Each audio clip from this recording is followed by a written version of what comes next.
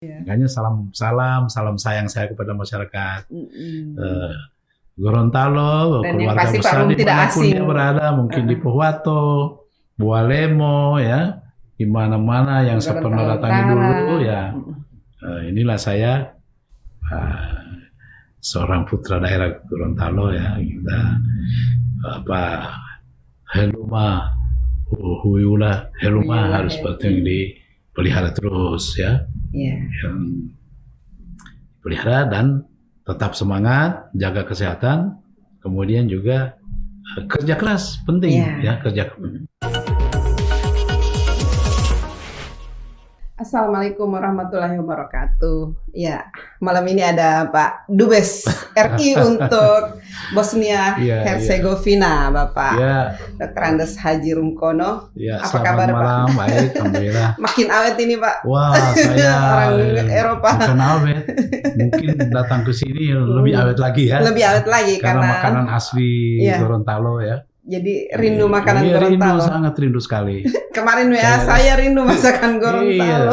jadi nanti ini keliling mungkin coba-coba makanan semuanya, ya, Iya. masakan Gorontalo. Kan tadi sudah makan mie siram. Ini memang leher Gorontalo ini. Iya. Nggak bisa Cuci leher, orang cuci Gorontalo bilang cuci Waduh, leher. luar biasa, ya. Kalau saya di Bosnia selalu ingat terus makanan Gorontalo. Di sana makanannya Kan makanan lain. Makan daging terus, makan roti, nggak ada Iya. nasi. Oh, Makanya saya agak kurusan sedikit, kurusan iya, dari sana, ya. agak kurusan memang, tapi bagus. Iya. Tapi saya ingat, ya. Ya ada cerita sedikit juga sih. Iya. Kalau ingat makanan Gorontalo, saya lihat di itu Google, ya. Oh, Makanan Gorontalo, saya ikutin, terus saya masak, ya. Oh, Nasi masak goreng sendiri. Gorontalo sendiri. tapi kan ada beras juga di sana, bawa. Oh, berasnya di sana nggak pemakan beras. Iya. Tapi kita bisa beli beras-beras yang Oh, kan ada toko-toko Ada toko-toko, ya. untuk Asia ya. Iya. Ya, kebanyakan ini beras yang untuk kobuli, ya, Arab punya. Oh Gitu, iya, ya. beras untuk Yang yang panjang-panjang itu, panjang-panjang, ya. beras mandi ya, apa namanya? Beras mandi. Iya. Oh, jadi makanannya seperti Paling itu. saya rindukan makanan Makanan Atau Gorontalo. ini saya sudah tadi udah makanan ikan mas ini saya Iya, udah makan. nasi goreng. Nasi- Apa namanya? Bukan. Iya. Malam Pisang ini goreng. Pisang goreng semua. Nanti bengkak-bengkak nih, pulang-pulang lagi udah bengkak nih. Iya. Kalau di Gorontalo 3 hari saja pasti naik. Oh iya, betul. Rencana Jadi, sampai kapan jadi di sini? tidak boleh lama-lama di sini. Rencana sampai kapan? Saya itu perjalanannya agak padat gitu, ya, Hmm. karena saya bawa delegasi dari Bosnia. Iya. Saya baca di artikel itu ada dorong kerjasama Ukraina, perjanjian Bosnia bilateral, dengan iya. Indonesia ya. Iya, tanpa ada penandatanganan perjanjian bilateral kerjasama. kita tidak bisa hubungannya itu. Iya. Dasar untuk pelaksanaannya itu dari kemarin saya alhamdulillah, ya. Kemarin. Saya punya target, Mm-mm. ada dampaknya kepada penandatanganan itu udah salah satu Kerjasama. legitimasi, ya. Jadi ada legasi yang saya bangun, Ada ya, legasi, saya harus iya. gitu, ya. Dengan Gorontalo khususnya. Ya ini makanya kedatangan saya juga itu bagian daripada program saya, ya, terutama di dalam Mempromosikan. B2B, hubungan masyarakat dengan masyarakat, termasuk hubungan university, kemudian mahasiswa, ya. Iya. Nah, saya ingin menjajaki itu kerjasama antara universitas Yang ada di sini. ini UNG, ya, dan universitas negeri di sana. Kalau di sana saya sudah oke, ya, dengan universitas-universitas itu, ya. Jadi akan ada pertukaran mahasiswa begitu. Ya, pertukaran mahasiswa, kemudian nanti Siapa tahu ada yang bisa kuliah di iya, sana dari dan sini. ini bisa kuliah di sini, kemudian pertukaran dosen, ya. Oh, Ya, keren. ada sumber daya manusia dalam rangka peningkatan sumber daya manusia. Iya. Jadi ini saya bangun karena di sana itu ada keunggulannya yang komparatif sekali, yaitu dari bidang untuk engineering, hospitality, kemudian kesehatan. Iya. Jadi kesehatan bagus. Iya, Jadi saya berharap minimal saya dengan adanya suatu kerjasama antara university, maka akreditasi daripada kampus itu akan naik gitu, ya. Saya inginkan UNG itu naik melalui kerja sama dengan negara-negara Eropa gitu, ya.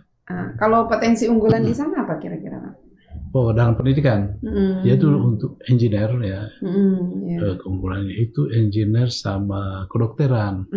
Ya kan di sini sudah ada kedokteran. Oh ya, di sana itu tahun mahasiswa. ketiga mungkin ya sekarang. Semua lulusan mahasiswa itu langsung dapat kerja, tapi di negara lain.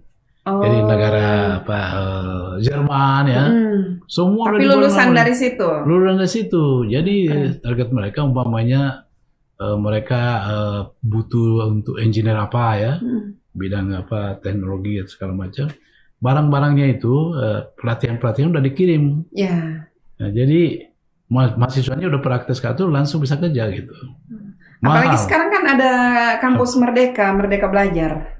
Ya ada. Nah, jadi bisa mahasiswa UNG misalnya bisa kuliah di mana saja. Ya ada dan itu dibiayai oleh ada program-program dari lembaga-lembaga pendidikan internasional ya. Banyak. Jadi kedatangan ke sini memang salah satunya untuk itu ya, untuk dan menjalin kerjasama. Saya ingin ketemu dengan pemerintah juga, pemerintah provinsi dalam hal kemungkinan kita bisa tukar masalah kebudayaan ya. Iya.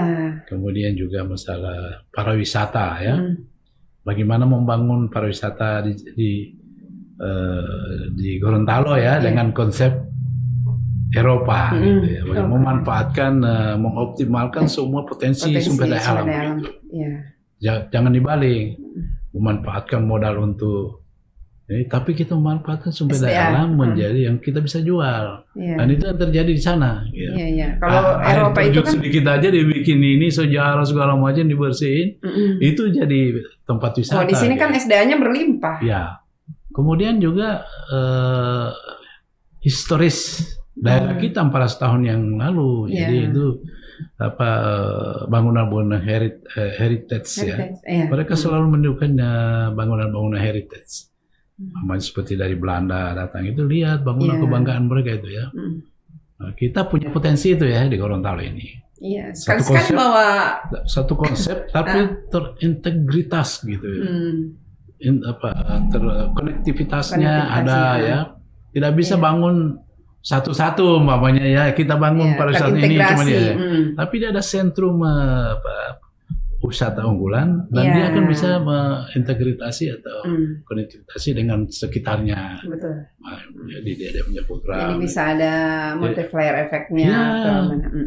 Kita umpamanya masalah Pulau Cinta ya sangat dikenal di sana dan saya promosi. Tapi saya nggak tahu apakah Pulau Cinta itu masih ini atau tidak gimana? Masih tapi tidak seperti kemarin untuk pengelolanya kayaknya ya. Gitu ya. Apalagi kemarin kan sempat kena yang ombak besar itu ya badai satu rumbuhkan. Tapi mungkin mulai ditata lagi. Saya kira itu potensinya luar biasa loh. Pulau Saronde dan tidak perlu harus tempat kunjungan wisata saja untuk berpose, berfoto, bahkan di situ baru dia pulang. Tidak usah nginap gitu pokoknya ya. Kalau penginapan mungkin di pulau lain kita bikin ya. Tapi di Pulau Cinta kan ada cottage-nya juga untuk ya itu kan bahaya umpamanya. Kalau ada sesuatu itu bisa diatur melalui konsep-konsep ya, konsep-konsep desain, konsep. Pokoknya semuanya itu bisa dilakukan. Yang penting willingness-nya ya, kemauan. Tapi, saya ingin itu karena kita lihat di Gorontalo itu ya bukan apa-apa ya, saya tetap ikuti integritas daripada wisata itu nggak jalan gitu ya, masing-masing jalan. Kita banyak sekali seperti Danau Limboto di kita punya potensi, punya komersial, kemudian juga itu ada air panas di situ, ada Benteng Otanaha, ada pendaratan Bung Karno dilihat, kemudian untuk orang makan kuliner bisa di tengah-tengah danau. Jadi orang sekali pergi memang bisa semua bisa didatangi dan tidak selamanya harus buatan. Tapi dari keindahan alam alamiah ya. Itu yang dieksplor. Oh iya, bagus sekali konsepnya itu ya. Kita punya Pulau Cinta, kita punya Saronde, kita punya air panas Lombongo. Ada olele. Terintegrasi, ada olele orang mau ini di sana. Tapi kita harus ada sentrum pariwisatanya. Unggulan ya. Harus ada unggulan. Di sini aja, tapi murah-meriah, tapi bisa berenang di sana. Besoknya bisa kemana? Bisa, jadi gitu. Dan bisa itu duit. Jadi kalau saya itu integrasi, wah duitnya masuk Kalau pariwisatanya bagus kan, ya perhotelan juga bagus. Perhotelan bagus. Kemudian kuliner, makanan-makanan kuliner, gitu, ya. Semua bisa bagus. Masalah apa kerajinan-kerajinan ya. Jadi terintegrasi semuanya. Karena wisata-wisata itu setiap dia datang ke daerah pasti dia akan mau beli yang unik-unik daerah itu ya. Betul. Nah, ini bisa diciptakan ya. Kalau saya mempelajari di itu, saya suka ngirim mereka kok cuma air terjun yang tidak terawat. Padahal kita punya potensi yang bagus, dia air sudah terjun. Jadi ini satu, maka saya kirim-kirim foto itu ya. Ada ya cuma begitu aja.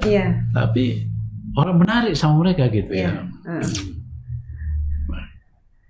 Jadi itu yang saya maksud roadmap ya kita untuk wisata ini, potensi wisata ini bisa dimanfaatkan. Ini saya ingin bicara sama Pak Gubernur ya, ini perlu suatu. Tapi ini ya, yang membangun kan tadi sempat ketemu. Ya sudah, karena kita sudah mulai bertukar pikiran itu. Ke depan ini harus diisi dengan inovasi-inovasi. Tapi gimana Pak Gubernur ini? Bagus. Ya. Saya kira gubernur kita sekarang ini adalah suatu anak muda yang berproses ya, dan dia seorang pekerja keras ya, dan dia punya pendidikan tinggi ya, dan dia punya semacam pengalaman. Punya gradual pengalaman ya, banyak, dan punya sikap yang jelas. Punya sikap prinsip-prinsip ya. Terutama untuk kepentingan daerah diutamakan daripada daerah. Betul. Dan saya kenal betul ya. Sama-sama pejuang provinsi. Ya, saya dulu mereka kumpul sampai dia sekolah di mana-mana ya. Memang kita kita mengayomi mereka ya, mahasiswa dulu ya. Dan ini yang terbaik ya, saya kira. Jadi presiden tidak salah pilih ya? Nggak salah ya. Dan garis tangannya ya. Iya. Ini Anda punya garis tangan bagus. Beliau bilang jangankan bermimpi, terlintas pun tidak. Iya. Malah dia dorong saya terus. Karum maju-maju. Saya konsep semuanya, saya yang ini. Pokoknya Karum harus jadi gubernur. Ya, tahu dia gubernur. Saya bilang gini, oke, kita akan pokoknya kita support. Tapi ini kalau you jadi bukan karena kita, tapi memang you punya garis tangan di situ. Allah bicara, you harus bisa bangun Gorontalo gitu. Iya. Jadi saya kira ya kesinambungan itu penting ya antara ini ya, saya bilang ya ini keberlanjutan pembangunan ya, terus eksistensi daripada pelayanan masyarakat harus jelas, karena dia ini adalah salah satunya gubernur yang murah. Bahkan tidak ada modal. Tidak pakai modal, langsung ditunjuk oleh presiden untuk ditugaskan. Makanya 2 tahun dia ya. 2 tahun. Orang lain berdarah menjadi bupati, menjadi gubernur, berdarah-darah melalui pesta demokrasi ya. Jadi ini tidak. Dan kewenangannya hampir sama dengan kewenangan gubernur definitif. Iya, ini makanya ini kamu anak baik itu pasti Allah ridho ya katanya. Dia tunjukkan kamu harus jadi pemimpin di sana. Ini Insya Allah Gorontalo ada di tangan orang yang tepat lah. Kita tidak perlu terlalu stres ya karena pemimpin kita begini. Biarkan dia berinovasi ya. Kita dukung ya 2 tahun. Setelah itu kita pesta demokrasi menentukan gubernur baru gitu ya. Jadi mau pulang kampung ini. Tidak usah mencurigai apa ya. Kita percayakan saja bahwa dia mampu. Iya mampu ya, dan kita ikuti sistem demokrasi kita itu. Iya. Ini makin betah di Bosnia atau kapan pulang kampung ini? Saya itu pertama sekali memang 80% hati saya itu di Gorontalo. Cuma 20% di sana ya. Cuma karena penugasan. Karena tugas negara saya yakini betul ini kenapa saya jadi jadi duta besar ya. Pasti itu juga ada tuntunan dari atas dan kita harus yakini ya. Meyakinkannya gimana? Kita kerja saja. Kita pelajari kekurangan kita, bagaimana kita mau menaikkan citra Indonesia di negara Eropa ya gitu ya. Dan jadi harus kerja sesuai dengan tupoksi yang diberikan pemerintah. Ya, kita bisa mewakili negara dan mewakili presiden, kemudian kita membangun pencitraan, membangun hubungan-hubungan itu ya. Dan alhamdulillah saya bisa bawa delegasi dari Bosnia di bawah pimpinan Menlu dan kita rapat bilateral Dari rapat-rapat itu maka ada surat penjanjian ini. Baru mereka saya pertemukan dengan Menko, kemudian Menko Pak Luhut ya diterima, kemudian dengan Erlangga dan Pak Suharto, tapi di hari saya sendiri yang ada Pak Suharto Monoarfa. Itu luar biasa itu. Kemudian nanti dengan Menhan ya, karena di sana itu daerah industrinya itu berbasis militer. Jadi amunisi peluru-peluru itu kebanyakan dari sana gitu. Gitu. Dan saya sudah ngajak mereka bisa membangun pabrik peluru di sini. Karena kita butuh sekali peluru, 4 miliar per berapa itu ya. Ini saya buka itu ya, makanya udah masuk di perjanjian bilateral semuanya ya. Termasuk P2P ini. Nah, saya ingin Universitas Negeri Gorontalo bisa manfaatkan gitu. Gitu. Jadi ya itulah perjalanan saya ke sini. Tapi utamanya untuk makan. Iya. Nanti saya kesini karena rindu makanan Gorontalo. Melihat katanya musim durian sekarang ya. Saya ingin ada bantuan saya 10 tahun yang lalu nanam durian di pulau apa namanya, di daerah mana ini? Daerah itu ya. Bulang Ulu. Bulang Ulu itu ya. Bulang Ulu. Itu banyak sekali duriannya enak di sana durian juga. Udah mungkin saya mau datang sana nanti untuk makan durian. Ya, di sana nggak ada durian, di Eropa nggak ada. Mau makan durian, mau minum kelapa apa itu? Kelapa muda tidak ada. Yang nggak ada di sana. Jadi memang betul-betul juga yang nggak ada. Menyesuaikan. Makan kangkungnya nggak ada. Mati kita di sini. Setiap hari bangun, aduh, rasain Gorontalo dah. Udah ingat. Jadi tiap hari merindukan Gorontalo. Oh ya. Tapi saya bangga. Memang heran ya. Kita itu tidak boleh lepas daripada leluhur kita. Ya. Saya itu Gorontalo ini menjadi suatu yang spesial dalam kehidupan saya. Selalu merindukan gitu ya, gimana ya. Karena saya memang lahir di sini ya, Putra Daya. Dan orang yang sudah lama merantau, dari kecil sudah merantau, tapi masih sangat kental bahasa Gorontalonya, apalagi bahasa Suawanya itu Pak Rom. Ya, betul. Ya, saya sampai sekarang bahasa Bonda, ini bahasa Bonda lama-lama saya masih bisa. Saya lagi heran, ada kenapa ya? Padahal kan kemudian lingkungan bahasa Gorontalo juga kental banget. Begitu bahasa-bahasa lain langsung lewat. Kadang-kadang saya di sana keceplosan bahasa Jawa juga. Mereka bahasa mereka kan. Kita keluar bahasa ini apa? Jadi bahasa apa itu? Wah, itu bahasa kerajaan saya ya. Harus bangga. Kita bangga ya. Saya selalu menunjukkan nasionalisme ya di negara luar. Saya selalu bawa bagaimana kehidupan bangsa dan negara dengan penduduk sekarang 270 juta ya, dengan 17.000 pulau ya, tapi sampai sekarang kita persatuan dalam perbedaan itu terjaga baik. Bhinneka Tunggal Ika ya, karena itu ada Bhinneka Tunggal Ika dalam Pancasila. Sehingga saya diundang jadi kuliah umum di sana. Iya, kuliah umum masalah wawasan kebangsaan ya. Berapa kali saya kasih kuliah, kemudian saya wah senang sekali mereka.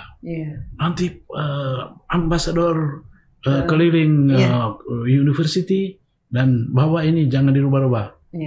Kan saya kupas semuanya ya. Karena kita bersatu, etnisnya begitu banyak ya. Indonesia yang paling banyak. Karena di sana memang susah mempersatukan itu. Mereka senang sekali dengan itu ya. Dengan kehidupan di Indonesia. Begitu banyak, 270 juta. Banyak banget. Kita aja cuma damai. Kita juga hanya 4 juta aja. Ribut terus. Tapi saya ketawa aja. Tapi menurut saya bukan dari jumlah penduduk, tapi dalam kedaulatan ya, negara itu terjaga dan mereka punya potensi potensi call di dalam hal-hal kebijakan-kebijakan dunia, mereka punya hak. Sama. Indonesia dengan Bosnia sama dalam rangka menentukan sikap satu suara itu. Jadi kita mesti jaga ya, kita mesti jaga betul, dan pemilihan di PBB, ada masuk organisasi sosial, ada organisasi kesehatan. Kita kan saling mendukung situ ya. Nah, itu bisa kita ciptakan. Tapi ini Pak Rum ini kan salah satu putra daerah yang cukup membanggakan ya, yang membanggakan, dan di antara beberapa kan kita Gorontalo ini kan punya tokoh-tokoh yang luar biasa. Ya, salah satunya Pak Rum, kemudian ada Pak Suharso, orang-orang hebat semua ini. Nah, bagaimana ini? Apakah sudah pernah duduk bersama untuk mari kita sama-sama bangun Gorontalo, begitu? Ada Pak Suharso, ada Pak Fadel, ada Pak Rum, kemudian ada Pak Rahmat Gobel, ada siapa lagi, Pak Sandiaga Uno. Ini kan orang-orang. Saya selalu memonitor mereka. Pak Zainuddin Amali. Ya, saya ada hubungan baik sama mereka dengan Zainuddin Amali ya. Iya. Apalagi Zainuddin Amali itu kita saling mendukung ya di dalam hal-hal politik. Ya. Kita tidak saling membunuh. Iya, saling mensupport. Saling mensupport. Jadi kita kuat gitu ya. Kita berdua itu dianggap sebagai suatu kekuatan penyeimbang ya di organisasi Partai Golkar. Ya.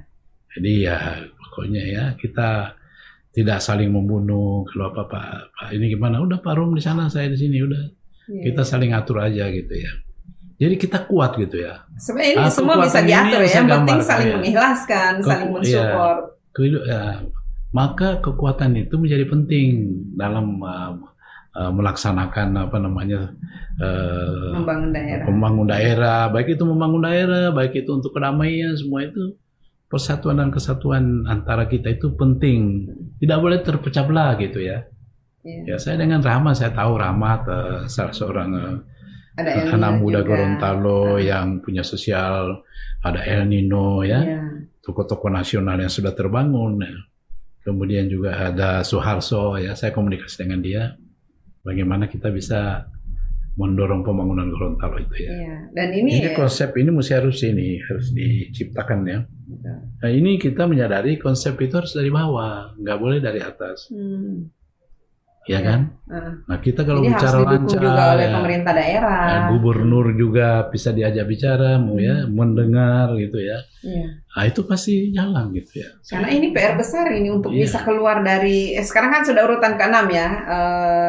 Kemiskinan. Kan kemarin Gorontalo itu daerah termiskin ke-5, sekarang sudah mulai saya kira, urutan 6 ya, siapa tahu bisa keluar dari itu lagi. Bisa, saya yakin bisa. Ya, tapi harus punya konsep yang baik. Kita jangan terlalu banyak mengikuti indikator-indikator dari dunia segala macam ini ya. Kita ciptakan kemiskinan spesial. Khusus Gorontalo itu kemiskinan seperti apa gitu ya. Ya kan? Indikatornya apa? Seperti stuntingnya gimana? Itu aja kita pelajari ya. Itu yang kita dorong supaya jangan terjadi. Terus kemiskinan pada saat mana dia miskin? Ya, orang bilang orang Gorontalo ini itu kan miskin katanya, tapi uang di forex banyak sekali. Iya. Yang tertipu. Iya. Tertipu dalam tanda kutip. Kemudian menjaga masyarakat jangan jadi konsumtif. Betul. Ini penting. Kalau masyarakat sudah jadi konsumtif, jadi harus dibudayakan untuk bisa. Dia mencari doang hanya untuk beli ini. Tapi dia tidak bagaimana mendapatkan mempunyai produktivitas yang tinggi, baik itu di sektor pertanian, kelautan, untuk bisa beli itu. Tapi sekarang ini mereka tidak begitu ya. Bagaimana saya bisa dapat barang ini? Pinjam sana, pinjam sini, beli ya. Halo yang mewah. Kemudian udah pengen jadi pengusaha besar, sehingga kita bisa pinjam di bank banyak, macam ya. Ya itu yang menimbulkan satu kesenjangan ke depan. Nah, ini mulainya dari mana? Terus dari pemerintah gitu ya. Pemerintah. Ya saya kira. Saya berharap ke depan tetap Gorontalo ini tetap dalam lindungan Allah Subhanahu wa taala. Ini penting sekali ya. Bisa keluar dari daerah termiskin, bencana ya. Tapi kan harus dijaga semuanya ya. Umpamanya seperti lingkungan hidup. Ya, kita harus memperhatikan betul walaupun kita menginginkan percepatan pembangunan dalam industri daripada kemudian kita korbankan pembangunan itu mengorbankan rakyat buat apa gitu. Gorontalo ini itu nenek moyang kita jaga dari dulu. Kenapa terciptanya hutan lindung? Kenapa Pak Nani Wartobone tidak boleh mengutak-ngatik itu Pinogo sana? Itu karena mereka udah tahu filosofinya gitu ya. Udah ngerti betul mereka ini akan terjadi, ini terjadi itu. Itu yang kita jaga. Dan disitulah kearifan lokal. Kearifan lokal ini penting, ya. Jadi dimanapun kita berada itu harus tetap kearifan lokal. Iya, dan ini menunjukkan suatu keluarga besar masyarakat Gorontalo dengan kearifan yang luar biasa seperti di Sumatera Barat, ya, kearifan lokal tonjolin terus ya. Kearifan lokal itu bukan hanya budaya saja, tetapi dalam tata krama segala macam kehidupan kita, kebiasaan orang daerah seperti apa. Baru ditonjolkan dengan suatu fakta-fakta ya seperti kita kenapa punya pahlawan nasional ya Bapak Nani Wartobone. Kita mesti harus ini kan ya kita berikan fakta dan ini kenapa dia ada ini dia gitu ya. Ini juga jadi salah satu ini cerita aja salah satu yang bisa dipromosikan juga disosialisasikan di negara Eropa itu mereka semua dipelihara itu orang peluru umpamanya dia gudu-gudu di tempat peluru itu nggak diperbaiki lagi gedungnya dibiarkan aja. Betul. Karena itu sebagai fakta dari sangat menghargai sejarah orang-orang yang sangat menghargai sejarah kayak di Amerika itu kan semua apa-apa itu kan pasti ada dimuseumkan. Dulu saya punya rencana, punya mimpi ya. Saya ingin bangun patung Panani sebagai pahlawan nasional. Itu menunjukkan kearifan lokal luar biasa loh. Ya, dia penghargaan untuk dia, pahlawan. Iya, dan dia menjadi satu simbol ya daripada Gorontalo. Ikon. Mewakili teman-temannya. Iya. Kan ada 12 orang katanya. Iya, 12 orang ini. Jadi orang ini Indonesia Gorontalo ini punya sejarah panjang ya. Orang mengatakan berani menyatakan merdeka sebelum bagaimana itu harus menjadi ciri khas orang Indonesia. Ya toh? Ini jadi dibangun rasa nasional, rasa kedaerahan ya. Ya dengan membangun kita sekarang ini karena masyarakat semakin heterogen ya. Ya dulu kan masih Gorontalo aja nih ya. Tapi sekarang semakin banyak orang masuk ke sini, orang dengan latar belakang budaya dan suku yang berbeda. Dan mereka juga ikut berbicara. Ya kan? Kadang-kadang mereka tidak mengabaikan dari kearifan lokal kita. Mereka udah sini. Akhirnya lama-lama terkikis gitu ya. Harusnya itu tetap dipertahankan. Harus. Dan itu efeknya kepada turisme juga suatu saat ya. Ya kan orang datang ke sini misalnya mereka ingin mempelajari bagaimana kebiasaan orang Gorontalo, budaya orang Gorontalo. Berdoa secara ini bagaimana ini. Jadi fungsi ini harus dikembalikan. Umpamanya buruda gitu ya. Itu bisa dimasukkan sebagai menu daripada tradisional kita ya kan? Iya toh? Iya kayak apa namanya? Industri karao misalnya. Industri karao. Mungkin ini bisa dibawa ke Bosnia sana. Salah satu bagian saya akan ada acara-acara ya seperti National Day ya, yang diadakan setiap tahun ya. Jadi kok National Day itu orang pakai ya artinya di situ resepsi diplomatik, tapi saya menunjukkan kearifan lokal Indonesia. Iya, jadi mungkin bisa pakai baju karao atau baju. Ya, ini saya mau ini orang Padang misalnya pakai baju. Iya. Saya ingin minta sumbangan dari provinsi, sumbangin saya ini untuk saya pamerkan di sana dan dipakai. Iya. Jangan kita pakai saya di sana pakai Gorontalo. Tapi yang lainnya ada pakai baju-baju Sunda ya, baju-baju Makassar gitu ya. Kan beraneka ragam kan. Iya. Kalau Indonesia itu kan setiap provinsi beda. Iya. Pakaiannya beda.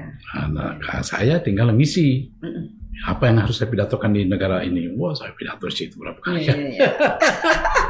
Tapi habis turun dari pidato saya pikir, kok saya orang Gorontalo, orang bisa pidato di Eropa. Kok saya pidato di sini? Bicara masalah dunia internasional. Apa? Waduh, ini memang luar biasa ini kehidupan. Tapi lebih enak jadi dubes atau anggota DPR? Wah, kalau anggota DPR itu paling enak, fasilitasnya banyak. Iya, yang paling penting kita enaknya DPR itu kita manfaatin untuk kepentingan aspirasi konstituen kita, daerah kita, semua.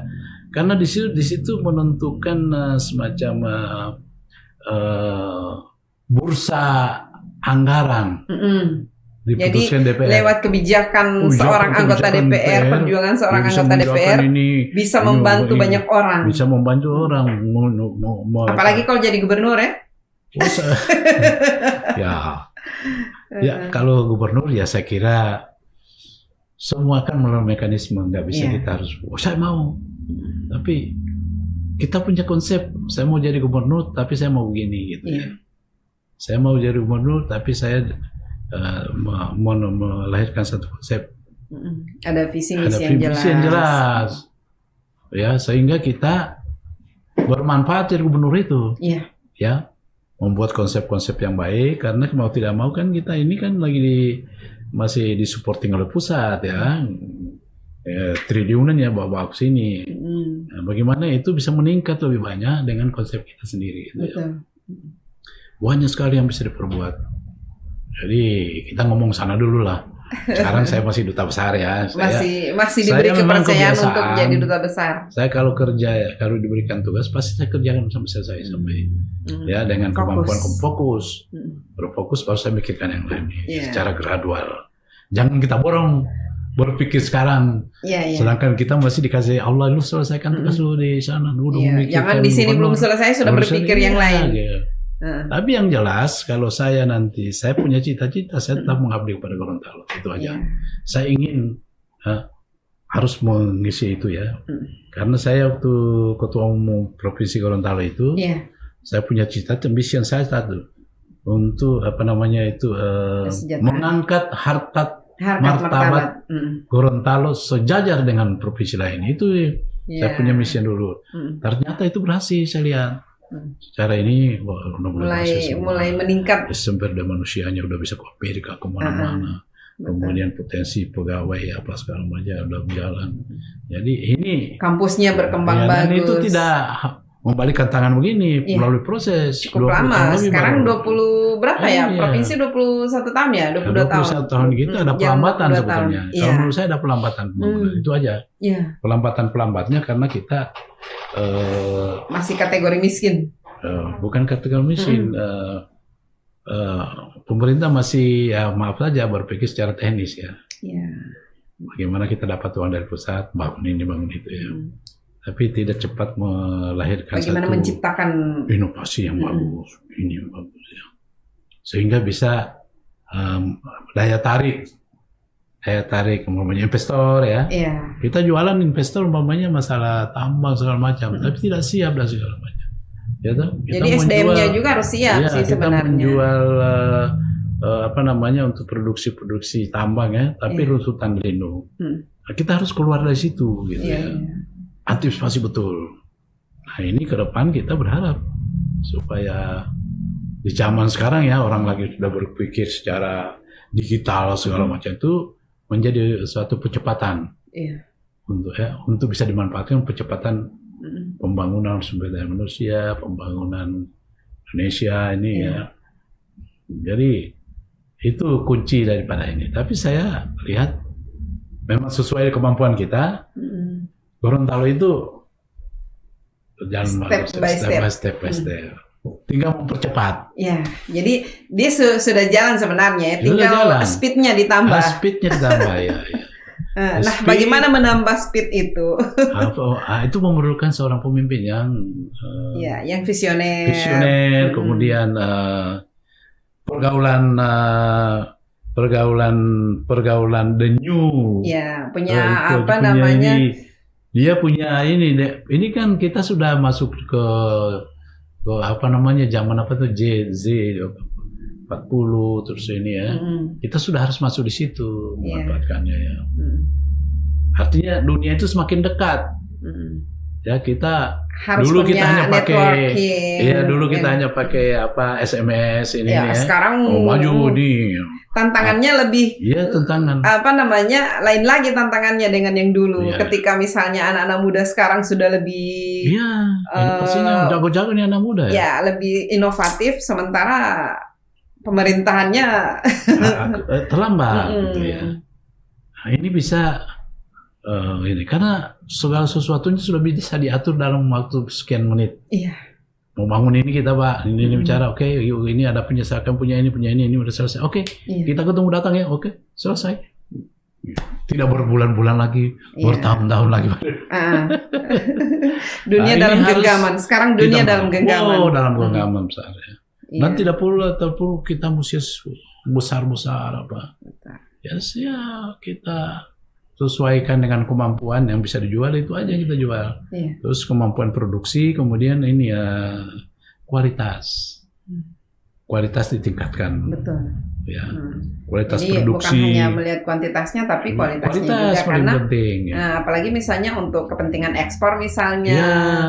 Iya. Semuanya. Kemudian masalah transportasi. Pemerintah harus bisa mengorbankan diri untuk subsidi transportasi, sehingga barang-barang kita ini bisa laku. Ya, umpamanya sayur-sayuran segala macam, angkut ke Manado. Ya, subsidi transportasi pemerintah akan tanggung. Untuk transportasi pengangkutan. Cuma ini jual ya. Kalau sekarang ini ya serba mahal kayak rempah-rempah itu rica itu kan dan mahal. Ini akan berlanjut. Transportasi makin tinggi, mahal ya. Nggak akan terjangkau oleh seperti cabai di bawah sini. Walaupun pasar Minggu, potensinya banyak, tapi Jakarta. kalau misalnya untuk transportnya kemahalan juga. Bisa, ya. Jadi ada apa afirmatif action dari pemerintah. Sebagaimana produksi rakyat masyarakat ini bisa cepat datang ke Manado, datang ke Makassar, datang ke Jakarta, diciptakan sehingga berapa subsidi untuk kita keluarkan transportasinya. Dan itu yang sudah dilakukan oleh negara Thailand. Gitu. Semua disubsidi. Kenapa masalah makanan Thailand itu ada di dunia, seluruh dunia? Karena pemerintahnya subsidi semua. Disubsidi. Kemudian kenapa makanan Thailand itu bisa sama dimanapun negara main? Karena udah diatur menunya oleh bumbu-bumbunya udah siapa negara. Jadi ada intervensi dari pemerintah. Intervensi. Kemudian mereka intervensi subsidi transportasi. Jadi pertanian itu dikirim dari situ, dari Thailand, menyebar seluruh dunia. Dimasak orang-orang Thailand di mana-mana gitu. Sebenarnya ada juga konsep dari Penjagup itu terkait dengan misalnya begini, Gorontalo misalnya, itu makanan atau apa produk Gorontalo itu harus ada di mana-mana. Kayak rumah makan Padang misalnya yang ada di seluruh Indonesia. Nah, di Gorontalo itu sebenarnya bisa dilakukan juga seperti itu. Terkoordinir dengan rapi ya, seluruh dimanapun dia dagang masakan Gorontalo, tapi jadi orang pingin masakan Gorontalo ada di setiap daerah ada begitu. Iya, dan konsepnya seperti itu. Umpamanya di badan pemerintah kan ada dinas perdagangan, dia bisa membantu badan peningkatan kuliner ini dengan sistem menciptakan makanan enak, tapi bisa dijual orang-orang ada intervensi dari pemerintah. Menunya gini, ini nanti dikirim dari sini ikannya, bisa semuanya. Bisa kita lakukan gitu ya. Yang penting ada kemauan saja. Ada kemauan. Hal-hal seperti itu harus kita ciptakan ya, bukan sebenarnya ini tidak terlalu sulit ya untuk dilakukan, tetapi karena tidak ada keseriusan maka akan seperti ini terus. Betul. Terus kita juga dunia usaha juga ini harus diberi peran. Ini saya lihat banyak sekali asosiasi pengusaha. Cuma orang yang ya maaf aja ya, saya lihat orang tidak ada kompetensi di situ, dia jadi ketuanya. Iya. Kalau saya melihat sekarang gitu ya. UMKM itu kayak sekarang itu tumbuh sebenarnya, tapi mereka itu pemasarannya ya mereka sendiri, mereka memasarkan lewat media sosial misalnya untuk promosi-promosi. Jadi ada permintaan langsung misalnya mereka memasarkan ke Jakarta misalnya, itu permintaan langsung orang per orang begitu, tidak melalui intervensi pemerintah atau ada promosi dari pemerintah atau apa. Jadi UMKM di sini ini memang tumbuh, tapi itu mereka sendiri yang menciptakan pasar, kemudian mencoba untuk kayak ada permintaan begitu, mereka mengirim sendiri, begitu. Ya, jadi sebetulnya dalam rangka untuk kepentingan ya dunia usaha UKM itu sudah ada, dananya besar sekali. Di Kemenker Perhati si Hasan Yuno, umpamanya dia bikin film gitu ya. Ya, anak-anak ini bikin film ya, bikin proposal yang bagus, lalu kasih ke ini, ke Kementerian Pariwisata, tapi filmnya itu nanti bikin untuk kepentingan wisata segala macam ya, ada cerita-cerita yang bagus ya, cerita-cerita lokal ya, seperti kalau di Betawi itu apa namanya, terus Sunda juga ada nama-namanya itu bikin proposal nanti. Minta ke itu, diajukan kementerian, itu 3 miliar satu film. Oh keren. Iya. Dan kan dampaknya ketika film ini bisa kemana-mana kan dampaknya. Ya begitu. Ini ada program ada 300 miliar uangnya itu. Nah itu sudah banyak sekali daerah-daerah minta. Nah di sini dicoba ya masuk. Ya tapi efeknya ke daerah ada, nanti bikin film. Supaya daerah kita ini bisa jadi selain memfasilitasi anak-anak muda yang punya hobi, itu juga efek untuk daerah itu pasti ada juga. Ya, umpamanya seperti itu. Baru UKM ya, begitu besar ya. Tinggal bagaimana caranya kita menciptakan itu dengan cara terorganisir dengan baik. Gitu. Saya lihat BI itu yang jalan. Dia kan sangat cuma konsen, CSR-nya dia ya. CSR sangat konsen dengan pengembangan UMKM yang ada di Gorontalo. Mulai dari Karao, kemudian ada yang kuliner, kemudian ada yang bikin kayak tas-tas begitu. Ya. Dan orang-orang bule itu senang yang tas-tas seperti itu. Iya, yang produk lokal. Tinggal dikontrol produk lokalnya itu. Begitu Ibu kita, waduh Femi, senang sekali saya. Saya juga senang. Kamu begini juga itu melalui proses perjuangan ya, saya lihat ya. Saya kenal kamu mungkin dari 15-20 tahun yang lalu ya. Iya, sudah sangat lama. Bule, tapi tidak fokus dengan tidak lari dari pekerjaan ini ya, dunia media ya. Jadi saya kira cukup berhasil kalau itu kita tekunin ya seperti sekarang. Insya Allah sukses Pak. Jadi ngomong-ngomong besok ini mau ada ya ke kampus sama Karao itu ya? Ya. Ini yang dua hal ini yang jadi fokus dari Pak Dubes. Terus kedua juga saya mengundang pemerintah bisa mensponsori lah kebudayaan sini, bisa tampil promosi budaya di Sarajevo sana. Oh keren. Ya, saya ingin ya kalau di sana udah urusan saya ya, tapi dari sini ke sana urusan Pak Gubernur. Di sana aman, ada Dubes. Di sana aman. Kita inginkan gitu juga ya, jadi dari pendidikan P2P ya, business to business ciptakan juga kayak masalah-masalah ada di sini banyak nih masalah kelapa parut, sama palet kayu. Palet apa? Ya, kayu itu yang dibikin bubuk ya. Laku sekali sana. Oh gitu. Kemudian itu untuk karkol. Arang. Nah, cuma dari kualitasnya lagi. Mereka udah tahu kualitasnya bagus di sini. Itu baru santan. Aku di sana. gitu. Iya, UKM. Jadi di sana ada juga yang suka itu masak pakai santan atau untuk apa sedikit. gitu. Mereka nggak kenal santan. Santan itu untuk minuman. Oh, untuk minuman. Oh, kayak VCO mungkin, iya, bikin gitu, VCO. Iya. Betul.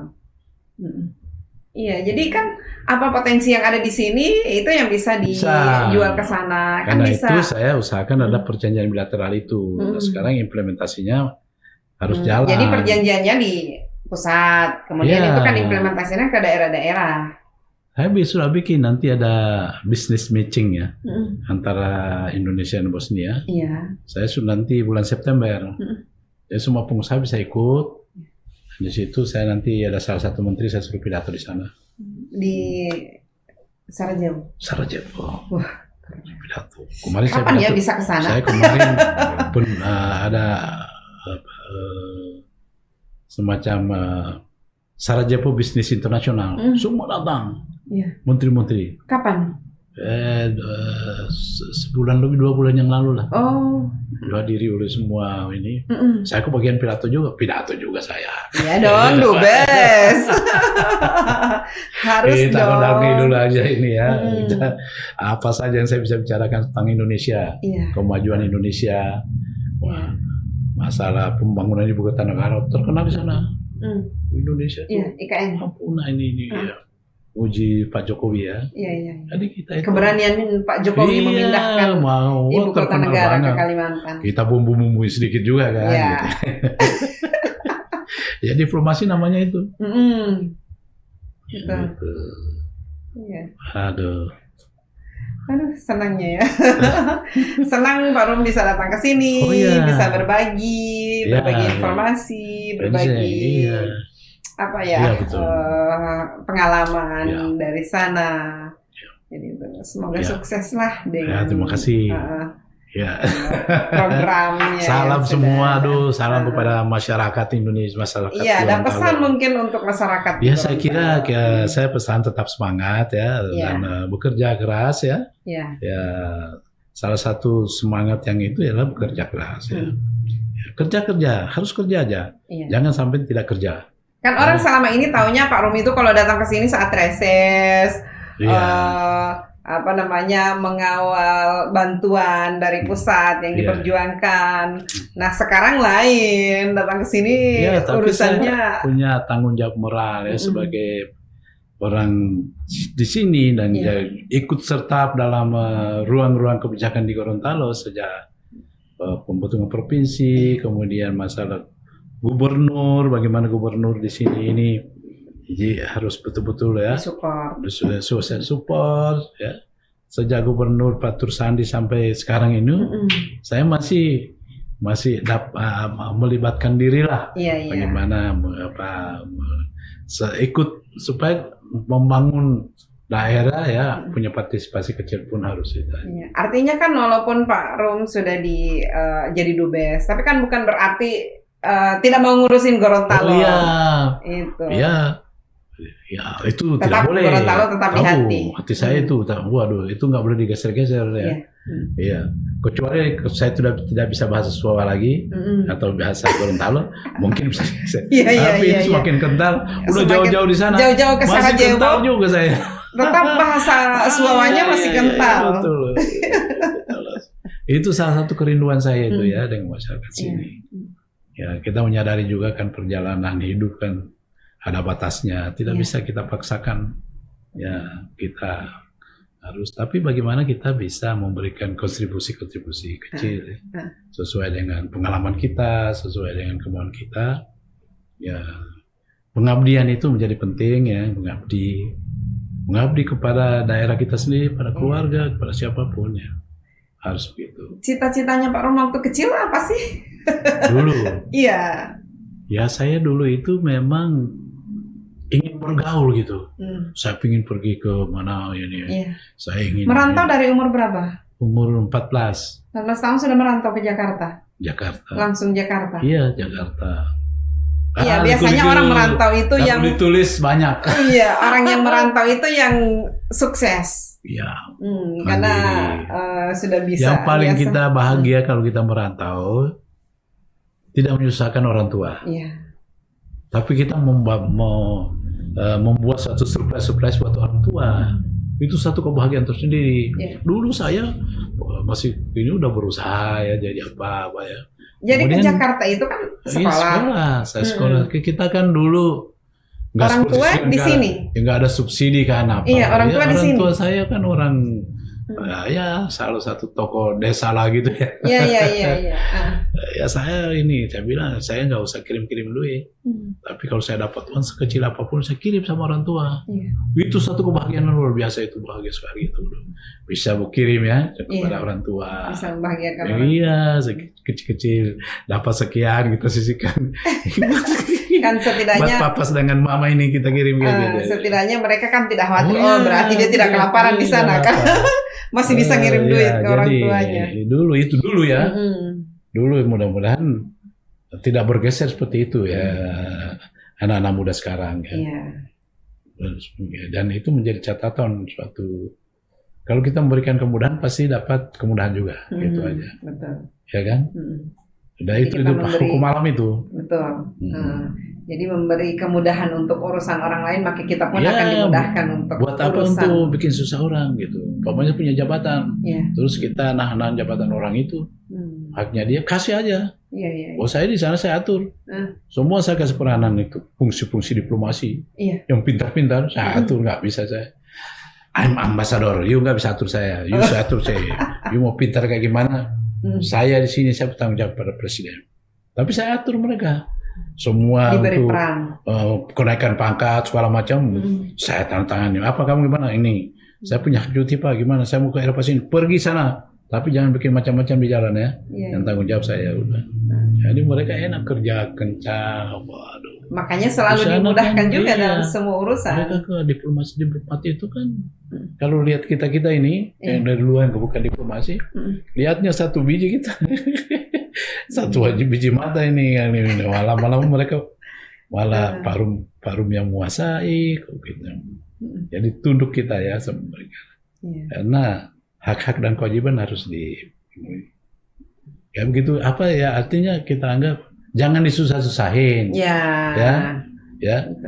Kalau ada mudah jangan disusahin gitu aja. Kalau bisa dipermudah kenapa kita permudah ya.